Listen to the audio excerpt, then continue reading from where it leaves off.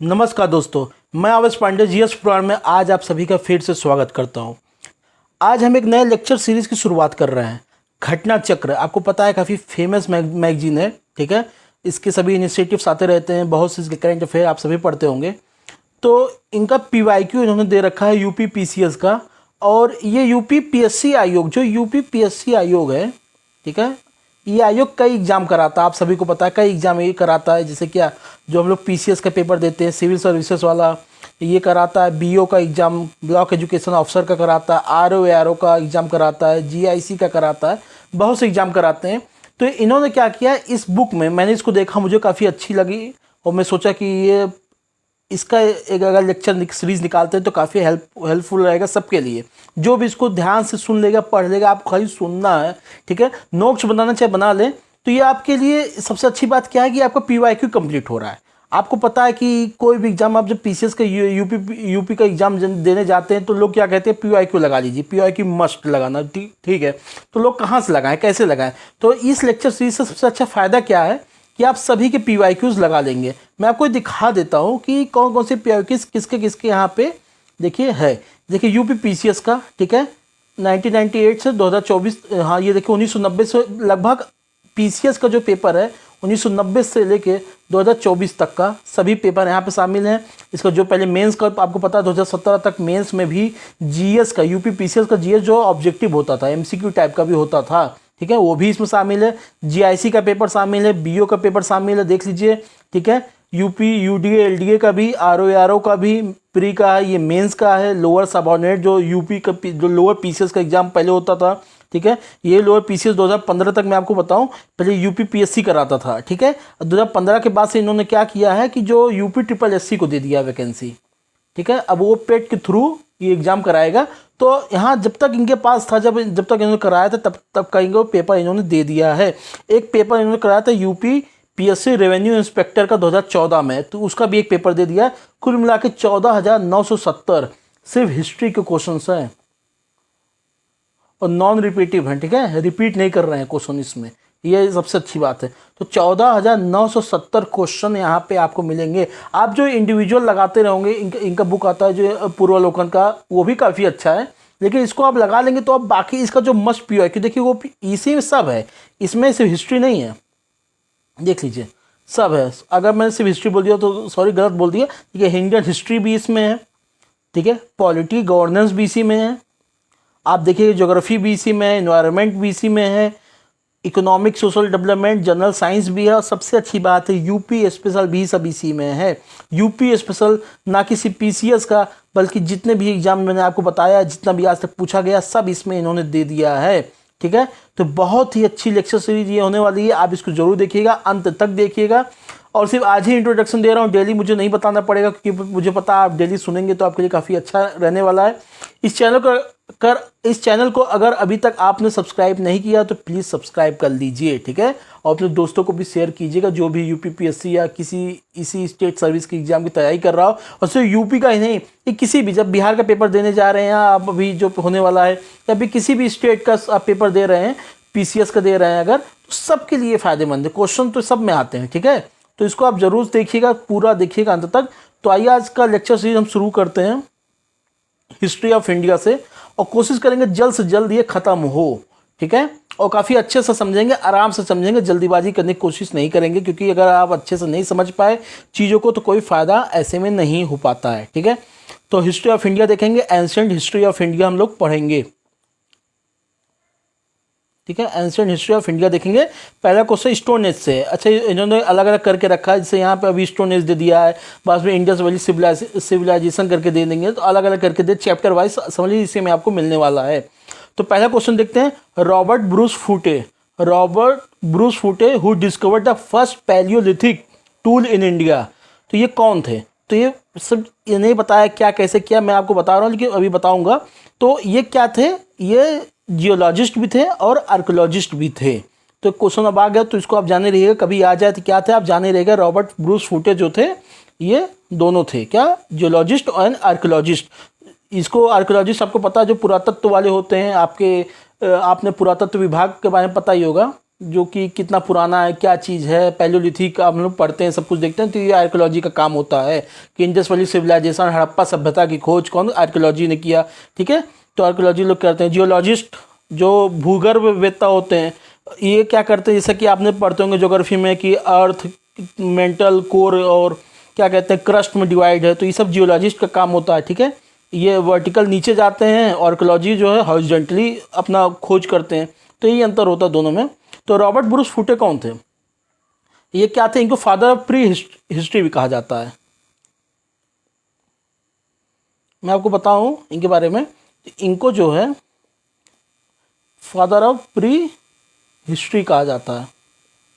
ठीक है, Indian pre history, father of Indian pre history, क्योंकि जो ये 1863 में इन्होंने, ठीक है, मद्रास में एक जगह है पलावरम नाम है, ठीक है, यहाँ से इन्होंने क्या खोजा था? Hand axe. इसको हिंदी में क्या कहते हैं? कुल्हाड़ी कहा जाता है, कुल्हाड़ी कहते हैं। ठीक है, अगर कुछ गलत बता रहा हो तो नीचे आप कमेंट में बता दीजिएगा, क्योंकि कभी कभी कन्फ्यूज हो जाता है, हिस्ट्री का ऐसा सब्जेक्ट ही है। तो रॉबर्ट ब्रूस फुटे जो हैं, इन्होंने इसकी खोज की थी। हिस्टोरियन क्या होते हैं आपको पता ही है। पैलियोबॉटनिस्ट क्या होते हैं बता दो? पैलियोबॉटनिस्ट जो होते हैं जो फॉसिल प्लांट होते हैं, फॉसिल प्लांट की खोज, इसकी जो ये फॉसिल प्लांट होते हैं इसकी स्टडी करते हैं। कोई पेड़ पौधा हो उसको समझते हैं कि यहाँ की ज्योग्राफी कैसी रही होगी, यहाँ कैसे लोग, उसको पैलियोबॉटनिस्ट कहते हैं उनको। ठीक है, पैलियो शब्द देखिए, ये पैलियो ना, ये पैलियो शब्द ही जहाँ, ये वर्ड ही जहाँ पे आ जाए समझ लीजिए किसी पुराने चीज़ से संबंध है। ठीक है, जैसे पैलियोलिथिक, पैलियोबॉटनिस्ट, समझ गया ना? तो इसी सब, पैलियोलिथिक का क्या मतलब हो गया? पैलियोलिथिक का क्या मतलब? पैलियो का मतलब पुराना, लिथिक मतलब पत्थर, पुराने पत्थरों की पढ़ाई कर रहे हैं, समझ रहे हैं यहाँ कैसे था क्या था, बस उसको पैलियोलिथिक कहते हैं। ठीक है, आइए नेक्स्ट क्वेश्चन देखते हैं हम लोग। द 3 एज सिस्टम, जो 3 एज सिस्टम है, डिवाइड, जो stone age, bronze and iron from the collection of Copenhagen museum was coined by. देखिए होता क्या है कि हम लोग जो हिस्ट्री पढ़ते हैं, ठीक है, मैं आपको एक बात बताता हूँ, जब हिस्ट्री पढ़ते हैं तो कई बार एक हिस्ट्री होती है, एक होती है प्रोटो हिस्ट्री होती है, ठीक है, ये होती है प्री हिस्ट्री होती है। ठीक है, ये होती है प्री हिस्ट्री होती है इस तरीके से। अभी इसकी भी फर्दर डिक्लासिफिकेशन होता। प्री हिस्ट्री क्या होता है? ये इन तीनों में अंतर क्या है? हिस्ट्री, प्रोटो हिस्ट्री और प्री हिस्ट्री में अंतर क्या है मैं आपको बताऊं। जो प्रोटो हिस्ट्री होता है, अब ये देखिए इसका क्रोनोलॉजी आप याद कर लीजिएगा। प्रोटो हिस्ट्री में क्या होता है कि आपको कोई आर्कियोलॉजिकल एविडेंस, कोई आपको रिटन एविडेंस नहीं मिला है आज अभी तक, और कोई ऐसे कोई निशान या चिन्ह आपको ऐसे नहीं मिले हैं, ठीक है, जिसको आप पढ़ सकें। कोई रिटन डॉक्यूमेंट नहीं मिला है आपको, या फिर कोई आर्कियोलॉजिकल साइंस आपको क्या कहते हैं ऐसे नहीं मिले हुए हैं जिसको आप समझ सकें। ठीक है, तो कुल मिला के उसको प्रोटो हिस्ट्री में डाला जाता है। आपको रिटन मिले भी नहीं हैं, और अगर आपको मिल गए हैं रिटन लेकिन आप उसको समझ नहीं पाए हैं। ठीक है, फिर से मैं आपको बता दूं, देखिए बहुत ध्यान से समझिएगा, बहुत कन्फ्यूजन होता है। अगर आज आप समझ लेंगे तो आप कभी भूलने वाले नहीं हैं। ठीक है,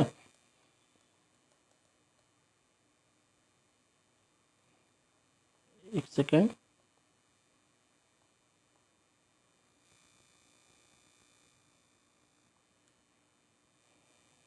देखिए ये गलत हो गया था, जी हाँ, बातें सही है। यहाँ पे ये ना जाने क्या क्या बन गया, इसी में इसको हटाते हैं, फिर से करते हैं। देखिए क्या होता है, एक होता है हिस्ट्री, ठीक है, एक होता है प्री हिस्ट्री, और इन दोनों के बीच का एक क्या होता है, एक प्रोटो हिस्ट्री होती है। ठीक है, तो पहले ये लेटेस्ट में ये होता है, उसके पहले ये था, उसके पहले ये था। प्री हिस्ट्री में क्या हुआ? प्री हिस्ट्री में ये हुआ कि हमको कोई रिटन एविडेंस नहीं मिला है, कोई रिटन एविडेंस नहीं मिला है, पहला। दूसरा, प्रोटो हिस्ट्री क्या है?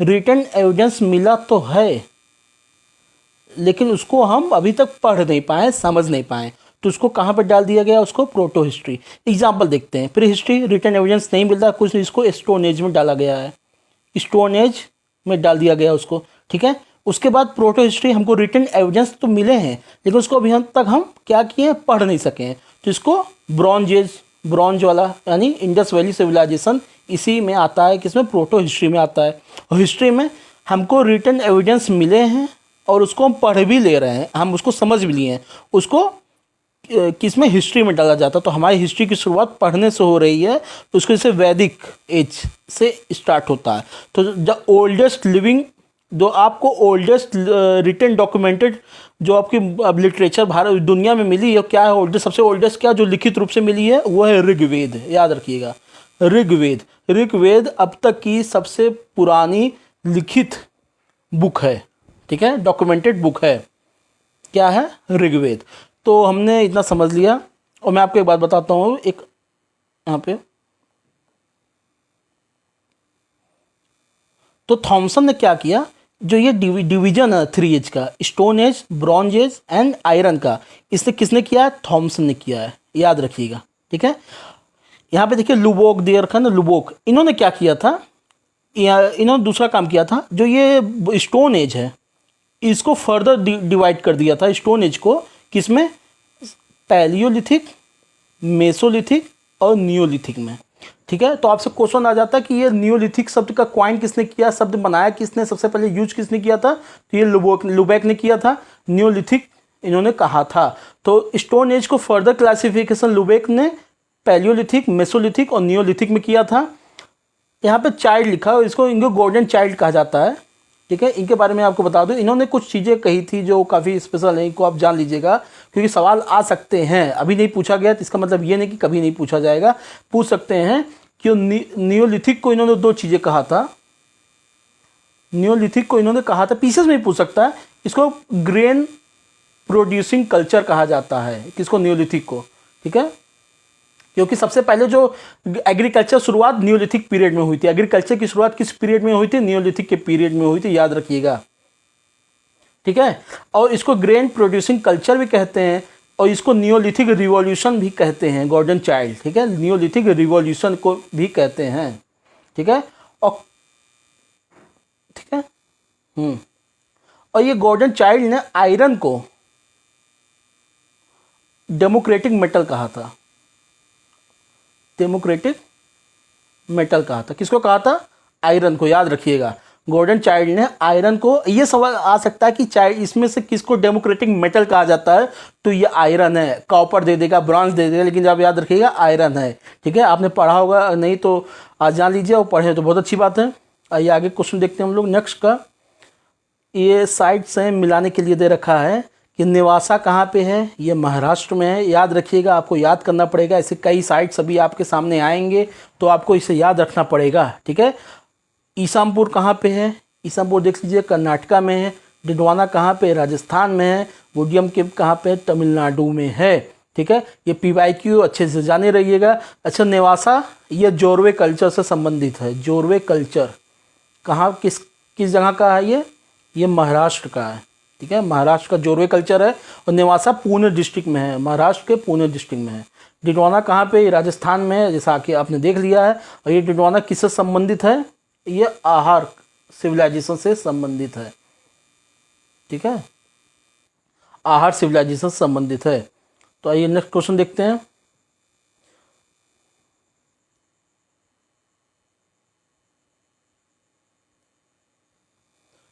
According to excavated evidence the domestication of the animals, तो जो पालना, जो आप पता है आज गाय पालते हैं हम लोग, तो इसके जो डोमेस्टिकेशन ऑफ एनिमल्स की शुरुआत किस पीरियड से हुई थी, तो वो हुई थी मेसोलिथिक पीरियड से हुई थी, ठीक है। अब मैं आपको एक बार बताऊं, जो ये कहाँ, इसका एविडेंस कहाँ कहाँ मिलता है, बागोर में, ठीक है। बागोर कहाँ पे है, राजस्थान में है। एक और जगह है आदमगढ़, आदमगढ़ ये कहाँ पे है, ये मध्य प्रदेश MP में है। और बागोर जो है ये लार्जेस्ट मेसोलिथिक साइट्स है, याद रखिएगा, लार्जेस्ट मेसोलिथिक साइट है बागोर, ठीक है। तो सबसे स्मार्ट क्वेश्चन ये आ सकता है, पूछ सकते हैं डोमेस्टिकेशन ऑफ एनिमल किस पीरियड में शुरू हुई थी, तो मेसोलिथिक पीरियड में स्टार्ट हुआ था। आइए देख लेते हैं। According to excavated evidence of the domestication of animals began in the Mesolithic period, the earliest pieces of evidence of domestication animals in India have been found at Adamgarh. ठीक है, वही सबसे पहले कहाँ मिला था? आदमगढ़ कहाँ पे? नर्मदापुरम मध्य प्रदेश में। और बागोर कहाँ पे? भिलवाड़ा कहाँ? राजस्थान में है। ठीक है, देखिए ये यूपी पीसीएस से स्पेशल 2008 में क्वेश्चन आया था कि in Mesolithic context evidence of animal domestication कहाँ पे मिलता है? बागोर और आदमगढ़ में मिलता है। पैसर, आइए देखिए, arrange the following Mesolithic sites geographically in order to from west to east. पश्चिम से पूरब की तरफ लगाना है, वेस्ट टू ईस्ट लगाना है इसको। आइए हम लोग जानते हैं पैसरा कहाँ पे है, आपको पता होना चाहिए, ये बिहार में है। इसके बारे में आपको एक बात बताता हूँ, ठीक है, तो बिहार में है। इससे क्या है, यहाँ पे ओल्डेस्ट हट मिला है, सबसे पुरानी झोपड़ी का जो वो मिलता है, जो सबूत मिलता है वो पैसरा बिहार से मिलता है हम लोगों को। ठीक है, लेखैया कहाँ पे है? यूपी के कहाँ पे है? मिर्जापुर में है। महादहा कहाँ पे है? ये प्रतापगढ़ में है। कहाँ पे? प्रतापगढ़ उत्तर प्रदेश में है। और महादहा में कसाई खाना का सबूत मिलता है, स्लॉटर हाउस। स्लॉटर हाउस के जो एविडेंस मिलता है कहाँ पे? महादहा में, प्रतापगढ़ में। तो ये क्या? बीरभानपुर। बीरभानपुर कहाँ पे है? ये वेस्ट बंगाल में है। तो जिस हिसाब से आपको पता चल गया इन सभी के बारे में, तो आप ये जान लीजिएगा कि इसका ऑप्शन सही क्या होगा। तो सबसे पहले होगा, सबसे पहले आपका महादहा होगा, यानी 4 आएगा सबसे पहले। उसके बाद लेखैया आपको मैंने बताया मिर्जापुर, यानी कि 2 आएगा। कि बीरभान पैसरा, क्योंकि बिहार पहले पड़ेगा तो 1 आएगा। फिर बीरभानपुर 3, तो 4 2 1 3 कहाँ पे? ये 4 2 1 3, इसका ये आंसर हो जाएगा। थोड़ा जल्दी जल्दी करते हैं, ठीक है, क्वेश्चन को जल्दी पढ़ेंगे, समझेंगे आराम से। ठीक है, from one of the following sites have bone implements been found. Bone implements, हड्डियों के सबूत कहाँ मिल रहे हैं यहाँ पे? तो महादहा और सराई नहर में मिल रहे हैं। ये दोनों कहाँ पे है? यूपी में है, प्रतापगढ़ जिले के आसपास हैं। देखिए महादहा में मैंने आपको बताया था 41 नहीं बताया था, शायद बता दे रहा हूँ, 41 बरियल साइट्स मिले हैं। 41 में 35 तो सिंगल हैं, एक ही आदमी गड़ा हुआ है वहाँ पे, बरियल साइट्स हैं। ठीक है, बाकी 5 में डबल बरियल, एक ही उसमें क्या कब्र में 2 लोग गाड़ा गया है। ठीक है, और एक ऐसा कब्र मिला है जिसमें 3 लोग गाड़े गए हैं।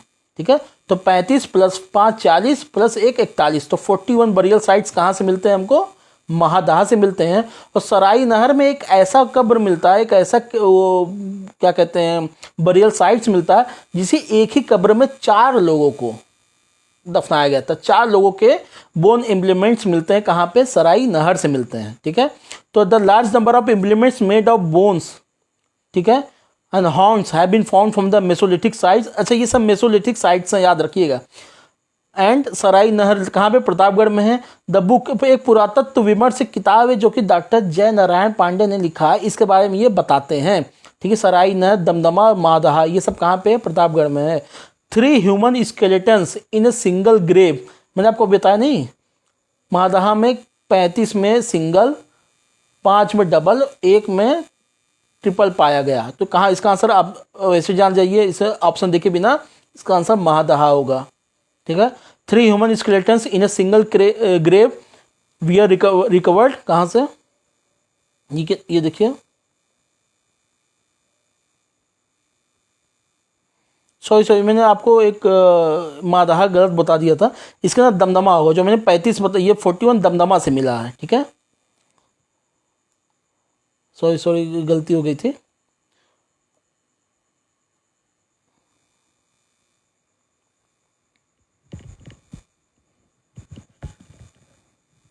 ये कहाँ से मिला है? दमदमा से मिला है। तो एक बार फिर से बता दे रहा हूँ, दमदमा ये यहाँ से 41 बरियल साइट्स आपके मिलते हैं, जो कि 35 कहाँ पे? 35, 5 और सिंगल करके अगर इसको 6 में डिवाइड करें, 35 में सिंगल स्केलेटन, 5 में डबल स्केलेटन एंड 1 में ट्रिपल स्केलेटन मिलता है। ठीक है, एक सराई नहर जो मैंने आपको बताया है, सराई नहर में एक ग्रेव है जिसमें 4 स्केलेटन मिलते हैं एक ही साथ आदमी के। ठीक है, ये देखिए, ये Damdama is a Mesolithic sites in Pratapgarh. In Damdama, 41 human graves were found. Out of these graves, 5 are double burials, 1 are triple burials grave is found. A grave where 4 human skeletons have been found at Sarai Nahar Rai. ठीक है, सराय नहर राय कहाँ पे? प्रतापगढ़ में है. The cultivation of cereals first started. तो जो आप बोना स्टार्ट, खेती लगभग समझ लीजिए, कह सकते हैं, इसका मतलब है खेती किस समय से शुरुआत हुई है? न्यूलिथिक पीरियड से. किसमें? न्यूलिथिक पीरियड से इसकी शुरुआत होती है. और कुछ चीज़ें हैं जो आप, जैसे सबसे पहला जो क्या कहते हैं यूज हुआ था खेती करने के लिए, उसका जौ का इस्तेमाल होता है. किसका? जौ का इस्तेमाल होता है. इंग्लिश में उसको बार्ले कहते हैं. ठीक है, तो उसको जौ का इस्तेमाल हुआ था सबसे पहले. और एक बार और मैं आपको बताऊं कि जो grains wear the first produce in Neolithic as, जो पैडी है यानी राइस, ये चाइना में इसकी शुरुआत में खेती, इसका सबूत पाया जाता है सबसे पहले. मक्का, मेज, इसकी कहाँ पे? मैक्सिको में. ठीक है, और ओट्स, इसको यूरोप में. और मस्टर्ड यानी सरसों का सबसे पहले सबूत कहाँ मिलता है? ये साउथ ईस्ट एशिया में, इंडोनेशिया और मलेशिया के इलाके में, साउथ ईस्ट एशिया में. तो मेहर देखिए, the grains we are first produce in Neolithic age. It was the time when the people we are introduced to agriculture.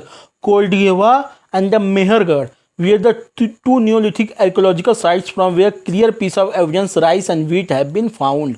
ठीक है, the first cereal use by a man क्या है? वो barley. ठीक है, there are many 8 types of food grain, जैसे barley, wheat हुआ, जैसे ये जौ, गेहूँ, मक्का, मिलेट, सोरगम, मस्टर्ड यानी सरसों, ओट, राइस यानी चावल, धान. This plants were present in the form of weeds in the different areas, which were later grown as a seeds by humans at different places and at different times. Although barley was the first grain to be cultivated by human beings around 8000 BC. याद रखिएगा, सबसे पहले क्या बोया गया था? जौ यानी बार्ले. कि अभी तक सबूत यही मिला है, और कुछ फर्दर होगा तो बाद में पता ही चलेगा. Asian countries located between the north east Mediterranean sea and Iran later, यानी कि लगभग मिडल ईस्ट वेस्ट एशिया में इसकी पाई गई है सबूत. Wheat was also cultivated around 8000 BC लगभग, जबकि लगभग इसी के आसपास गेहूं का भी सबूत मिलता है. The earliest evidence of agriculture in Indian सब कंटिनेंट. इंडियन सब कंटिनेंट का जो अर्लीस्ट जो एविडेंस मिलता है वो कहाँ का मिलता है? लहुरा देव. लहुरा देव एक जगह है जो कि संत कबीर नगर में है, यूपी के संत कबीर नगर में है. अच्छा, अगर लहुरा देव ऑप्शन में ना होता तब आप मेहरगढ़ लगाते. ठीक है, लेकिन अगर दोनों ऑप्शन में तो आप लहुरा देव लगाएंगे. अगर लहुरा देव है तो आपको इसी को लगाना पड़ेगा. अगर ये नहीं ऑप्शन में तो आप मेहरगढ़ लगाइएगा. ठीक है, क्योंकि काफ़ी बाद में इसकी सबूत मिलता है. लगभग इसका जो सबूत मिलता है लगभग 2008-9 के आसपास, एक क्या कहते हैं इसको खुदाई में बाद में पता चलता है. अकॉर्डिंग लेटेस्ट रिसर्च के हिसाब से पता चलता है कि earliest evidence of the agriculture in India सब कंटिनेंट यानी भारतीय उप महाद्वीप में, जो कि लहुरा देव एक जगह है, कहाँ? संत कबीर नगर जिले में, उत्तर प्रदेश में, वहाँ पे इसके सबूत मिलते हैं. ठीक है, तो इसमें ह्यूमन एक्टिविटी लगभग 9000 से 7000 BC पहले इसकी खेती, और यहाँ पे पैडी की मिलती है. पैडी यानी धान. तो भारत में सबसे पहले, दुनिया में सबसे पहले गेहूं की शुरुआत मिलता है, लेकिन भारत में सबसे पहले किसका? पैडी का मिलता है, राइस का मिलता है. The evidence of human activity and beginning of rice cultivation at this sites dates back to around इतना पीरियड. ठीक है, लगभग 9000 से 7000 BC. Significantly before this research earlier evidence of wheat was found at Mehrgarh. अच्छा, मेहरगढ़ में सबसे पहले क्या हुआ था? गेहूं का यानी व्हीट का. ठीक है, तो आपसे वैसे ओवरऑल भारत में सबसे पहले क्या उगाया गया था? तो धान. वैसे क्या अभी तक सबूत था? मेहरगढ़. ठीक है, भारतीय मेहरगढ़ है कहाँ पे? ये बलूचिस्तान में है. तो आपसे ऐसे नॉर्मली क्वेश्चन भी अगर आ जाएगा, भारत में सबसे पहले क्या उगाया गया था? तो धान उगाया गया था. भारतीय उपमहाद्वीप में सबसे पहले क्या उगाया गया था? तो उसमें भी धान ही उगाया गया था. ठीक है, और आपसे स्पेशली पूछ लेते गेहूं का सबसे पहले कहाँ मिलता है सबूत? तो मेहरगढ़ में मिलता है, जो कि बलूचिस्तान में है. तो the earliest evidence of rice is known to be near bank of river Belan. अच्छा, अभी तक लहुरा देव से पहले माना जाता था बिलान, यानी कहाँ, रिवर बिलान, यानी कि जो ये इलाहाबाद तो मिर्जापुर के बीच का जगह पे, यहाँ पे, लेकिन अब जो है यानी देखिए Prayagraj, Prayagraj from where rice bran was found in dating लगभग 6500 BC। जो प्रयागराज, जो बिलान रिवर के पास जो राइस हस्क पाया गया है, उसका सबूत कितना पीछे जा रहा है, वो लगभग सिर्फ इतना 6500 लगभग। लेकिन जो लहुरा देव का है लगभग इतना पुराना हो रहा है, तो माना जा रहा है कि लहुरा देव सबसे पुराना है। ठीक है। Name the sites which has revealed the earliest evidence of the settled life. तो सेटल्ड लाइफ की बात अगर आ जाएगी तो मेहरगढ़ मानिएगा। सेटल्ड लाइफ का मतलब क्या होता है कि मतलब आप खेती कर रहे हैं, आप वहाँ पे आपका घर है, हैबिटेट है, फिक्स्ड हैबिटेट आपका है, एबोर्ड कहते हैं उसको। ठीक है, आप अच्छे से रह रहे हो, आपकी व्यापार देखने को मिल जा रहा है, तो उसको फिक्स्ड लगभग सेटल्ड लाइफ कहाँ पे, मेहरगढ़ कहाँ पे है, बलूचिस्तान में। कायल गुल मोहम्मद कहाँ पे, ये भी बलूचिस्तान में है। ठीक है। धोलावीरा और कालीबंगन ये दोनों कहाँ पे है, भारत में है। ठीक है, कहाँ पे है, दोनों भारत में है। आइए देखते हैं। Among the given option, the oldest evidence of permanent life has been found for the first time Mehergarh, located in Kutchi plains of Baluchistan, whose authentic date is around लगभग 7000 BC. While the oldest date of Kil Gul Muhammad and Kalibangan लगभग इतना पाया जा रहा है, उसके बारे में बता रहे हैं लोग। The cultural remains, next question देखते हैं, 12 question. The culture remains from Stone Age to Harappan civilization have been obtained from which one of the following ancient sites? Culture remains कहाँ मिलते हैं, मतलब क्या, जब उस जगह पे आप स्टोन एज से हड़प्पन पीरियड तक का एक आप कंटिन्यूटी आप पा जाते हैं, आपको मिल जाता है, जो कि ये मेहरगढ़ में आपको देखने को मिलता है। सब PYQs हैं, इसको अच्छे से लगाना, इसलिए अच्छे से आप समझिएगा और याद करते भी जाइएगा।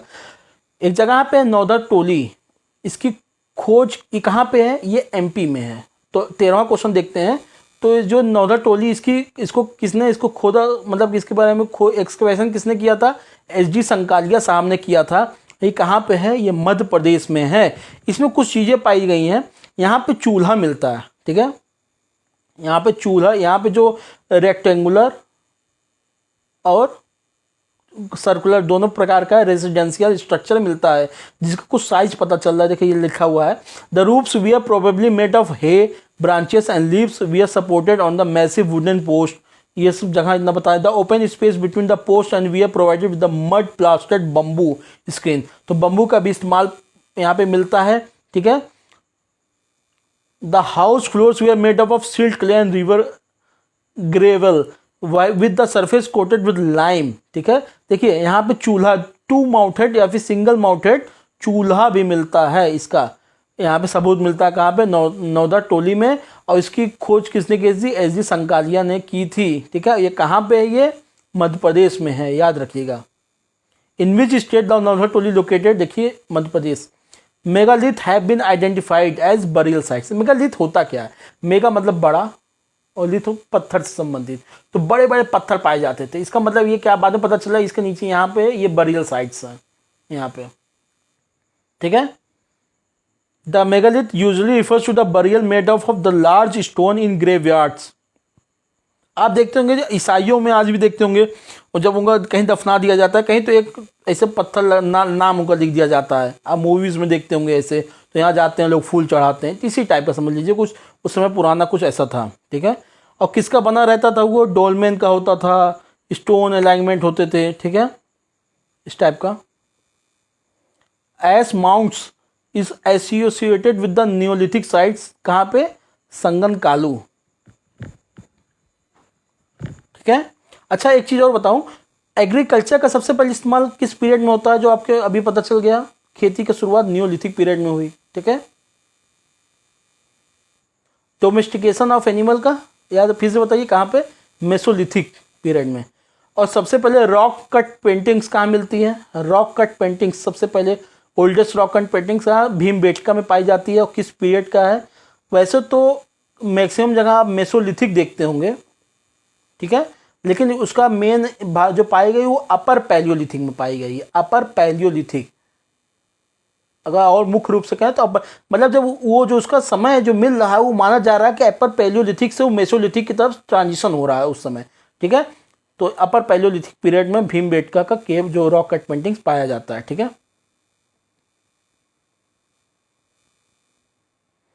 द एस माउंट्स, एक सेकेंड, हाँ, the ash mounds have been found from a Neolithic sites Sankalu located in Bellary district in Karnataka. They have also been found in Pikhlihal and Utnur. These has mounds are the burnt relics of the seasonal camps of Neolithic herdsman community. तो S mounts कहाँ पे, बस important ये जान लीजिए कहाँ पे पाया गया इसका, संगन कालू। तो संगन कालू साइट्स कहाँ पे है, ये कर्नाटका में है। ठीक है, कहाँ पे है, कर्नाटका में। Which one of the following place is famous for the pre historic paintings, किसके लिए, भीमबेटका। वही जो मैंने आपको बताया अभी, कहाँ पे, ये मध्य प्रदेश में है। ठीक है, in India from which rock shelters have pictures have been found the most, सबसे ज़्यादा पिक्चर कहाँ से मिलता है, भीमबेटका में मिलता है। Which Indian archaeologist first visited to Bhimbetka, Bhimbetka में भाग कौन से सबसे पहले भारतीय जो आर्कियोलॉजिस्ट उसको खोज किए थे, तो वो कौन थे, वी एस वाकंकर, याद कर लीजिएगा नाम। भीमबेटका गुफा जो उसके रॉक कट पेंटिंग्स है, रॉक मतलब उस रॉक पे पेंटिंग्स है, रॉक पेंटिंग, रॉक कट नहीं, उसको रॉक पेंटिंग्स कहा जाता है। रॉक कट मैंने गलत शब्द बोल दिया, रॉक पेंटिंग्स बोला जाता है उसको, वी एस वाकंकर कहते थे। ठीक है, आइए अगला क्वेश्चन देखते हैं। Ochre coloured pottery, OCP was crescent, मतलब ओसीपी शब्द का नाम जो नामकरण किया गया था वो हस्तिनापुर में किया गया था। कहाँ पे, हस्तिनापुर, दिल्ली के पास में। Discovery and naming of OCP was done by B B Lal in 1950-52 and कब, कहाँ पे, हस्तिनापुर में। ठीक है, याद रखिएगा, ये सबसे इंपॉर्टेंट है। Ochre coloured pottery known is archaeologist as OCP has the name implies its main distinguishing feature as its ochre color which gives its first appearance of being badly fired। ochre color क्या होता है, जलुआ एकदम कोई किसी पत्थर को या मिट्टी को जब पका दे, जला दे तो जला जला नहीं दिखता, उसी को ochre कहते हैं, ochre color। ठीक है, other characteristics are its porous nature and the fact that it is invariably worn out at the edges. ठीक है, एजेस पे ये थोड़ा फटा रहता है। In the Chalcolithic period people of Maharashtra buried their dead under the floor near houses in the following orientation। इसको चाकोलिथिक period के जॉर्वे कल्चर, जो मैंने आपको ये पहले बताया था, जॉर्वे कल्चर जो होता है, कौन सा कल्चर बताया था मैंने, जॉर्वे कल्चर ये बताया था। इसी में लोग नॉर्थ टू साउथ पोजीशन में बिठाते थे। आपको मैं एक बात और बताता हूँ, आज भी आप देखते होंगे जब जो डेड बॉडी, जो हिंदुइज्म में जो डेड बॉडी जो लटाई जाती है, जो उसका सर आप कभी देखेंगे वो उत्तर की तरफ होता है, नॉर्थ की तरफ। जो डेड बॉडी हमेशा नॉर्थ की तरफ होता है और जो क्या कहते हैं उसका पैर होता है वो साउथ की तरफ रहता है। तो उसी तरीके से कुछ ऐसे एविडेंस जो पुराने मिलते हैं, कहाँ पे, महाराष्ट्र में ऐसे मिल रहे हैं, उसको जॉर्वे कल्चर पीपल कहते हैं। जॉर्वे कल्चर के जो थे, जॉर्वे एक जगह कहाँ पे है, ये अहमदनगर महाराष्ट्र में है। कहाँ पे, अहमदनगर महाराष्ट्र में है। ठीक है, दे बिलीव इन, अच्छा कुछ चीज़ें रख देते थे उसके साथ, they believed in life after death and therefore buried the dead inside the house under the floor. वो जो जॉर्वे पीपल जो इनको जो क्या कहते हैं अपने घर के अंदर ही गाड़ते थे, कब्र इनका घर के अंदर ही बनाते थे, मानते थे कभी जिंदा होंगे, डेड आफ्टर लाइफ, फिर वापस आ जाएंगे। ठीक है, children we are buried in 2 urns and the we are joint mouth to mouth. ठीक है, माउथ टू माउथ को बच्चों को कभी कभी एक ही कब्र में दोनों को एक साथ मुंह से मुंह जोड़ के गाड़ दिया जाता था। Set horizontally in the pits while adults were placed in a supine position, एकदम सीधा सीधा लेटा के, एकदम supine position, सीधा सीधा लेटा के उसमें, and head towards the north। ठीक है, जो सर होता था उत्तर की तरफ। These sites were found in the डैमाबाद। डैमाबाद कहाँ पे है, अच्छा डैमाबाद के बारे में अगर बता दो, ये southern most Indus valley civilisation वो है। ठीक है, southern most Indus valley IVC Harappan site से कहाँ पे, डैमाबाद है ये। इनामगढ़, Chandauli, Nevasa. Which of the following sites yielded skeleton of the dog along human skeleton? कुत्ते के साथ डॉग और ह्यूमन को एक साथ गड़ा हुआ कहाँ पाएंगे आप, बुरजाम में पाएंगे। बुरजाम कहाँ पे है, ये कश्मीर में है। एक और जगह है इसी टाइप का, कुफराल। तो बुरजाम एंड कुफराल ये दोनों क्या है, ये क्या है, नियोलिथिक साइट्स हैं। द लार्जेस्ट, सबसे ज़्यादा नियोलिथिक के जो सबूत है ये बुरजाम से मिलते हैं। ठीक है, कहाँ से मिलते हैं, बुरजाम से मिलते हैं। और बुरजाम के बाद कहाँ से मिलते हैं, एक जगह पे चिरांद, कहाँ पे, ये बिहार में, ये भी क्या है, न्यूलिथिक साइट्स है। ठीक है, तो ब्रह्मगिरी कहाँ पे है, ब्रह्मगिरी कर्नाटका में। चिरान कहाँ पे, ये मैंने अभी आपको बताया, ये कहाँ पे, बिहार में है। मस्की कहाँ पे, ये कहाँ पे, कर्नाटका में। मस्की एक जगह है जहाँ पे ये अशोकन इंस्क्रिप्शन मिलते हैं जिसमें अशोकन नाम लिखा हुआ होता है। ठीक है, कहाँ पे, मस्की। ये बता दिया मैंने। Burzahom site is a pre historic settlement in the village of the same name in Kashmir valley. Both humans animals of skeleton we are found, देखिए, boat hole marks in many pits, bones of dogs and antler deer, कहीं कहीं dear, हिरन का भी पाया गया है। ठीक है, with human skeleton, this skeletons of human we have found in the burial pits in the sitting position along with the bones of animals. The first excavation of Burjam was carried out by Helmut D. Tara. देखिए HD Terra जो थे, HD Terra and doctor Thomas Paterson, इन्होंने 1935 में बुरजाम की खोज की थी। याद रख लीजिएगा, नाम आपसे पूछ सकते हैं। HD टेरा एंड दूसरे कौन थे, थॉमस पैटरसन, 1935 में खोज किए थे बुरजाम की। ठीक है, the evidence of pit dwelling, अच्छा पिट ड्वेलिंग कहाँ मिलता है, बुरजाम। पिट ड्वेलिंग क्या होती है मैं आपको बता दूं। जैसे आपने पाया कि जमीन है, जमीन के नीचे जमीन को गड्ढा कर दो खूब, मान लीजिए ये जमीन है। ठीक है, ऐसे जमीन है, ऐसे जमीन है, इसको गड्ढा कर दो और फिर यहाँ पे ऐसे कुछ ढक दो इसको, फिर यहाँ से जाने पिट ड्वेलिंग, पिट बना के यहाँ नीचे रहते थे ये लोग ऐसे यहाँ पे, इसी को पिट ड्वेलिंग कहते हैं। ठीक है, तो कहाँ पे मिलता है, ये बुरजाम में पाया जाता है। From which rock shelters Vindhyas have maximum number of human skeletons. तो विंध्यास कहाँ पे, लेखैया कहाँ पे, मिर्ज़ापुर में है। ठीक है, मैंने बताया मिर्ज़ापुर में पाया, ये सब घाघरिया भी मिर्ज़ापुर में है, ये भागई खोर भी, ये भी मिर्ज़ापुर में है। ठीक है, तो यहाँ पे 17 ह्यूमन स्केलेटन्स कहाँ मिलते हैं, जीएन पांडे के हिसाब से रॉक शेल्टर 1 के लेखैया में। लेखैया कहाँ पे है, मिर्ज़ापुर में, याद रखिएगा। आइए देखते हैं क्वेश्चन 2 स्टेटमेंट वाले हैं। The stone age people of the Vindhyas migrated to the Ganga valleys in the terminal of Pleistocene period. Terminal of Pleistocene एक आइस एज था, एक समझ लीजिए शीतकाल था उस समय का, तो जब वो खत्म होने वाला था उस समय का। तो टर्मिनल प्लीस्टोसीन पीरियड कहाँ पे, ये गंगा वैली की तरफ चले गए थे। Due to climatic change it was dry phase in this period. ठीक है, बिल्कुल। प्लीस्टोसीन के अब विंध्यास आपको पता है, ये विंध्यास एक पहाड़ी इलाका है। अब वैसे भी पहाड़ पे आप जाएंगे ऊपर की तरफ ठंडा रहेगा, तो प्लीस्टोसीन पीरियड में वैसे इतना ज़्यादा ठंडा पड़ रहा था उस समय, तो सब गंगा वैली की तरफ नदी के किनारे माइग्रेट हो गए थे। तो क्लाइमेटिक चेंज के कारण काफ़ी सूखा पड़ रहा था, कहाँ पे, हिमालय में, वो हिमालय कह रहे हैं, विंध्यास पहाड़ी इलाकों में, तो ये लोग नीचे चले गए। ठीक है, तो ये दोनों सही है, both A and R true and the correct explanation of A. ठीक है, stone age people of the Vindhyas migrated to Ganga Valley in terminal Pleistocene period because of climatic change. Vindhyan valleys had become dry due to climatic change. It was dry phase in this period. ठीक है, तो हमने पढ़ लिया है लगभग stone age, आज मैंने खत्म कर दिया। कल हम लोग इंडस वैली सिविलाइजेशन पढ़ेंगे और कोशिश करेंगे कल और लंबा थोड़ा लेक्चर होगा, लगभग 1 घंटे का पूरा जाएगा, 1 आवर का पूरा जाएगा।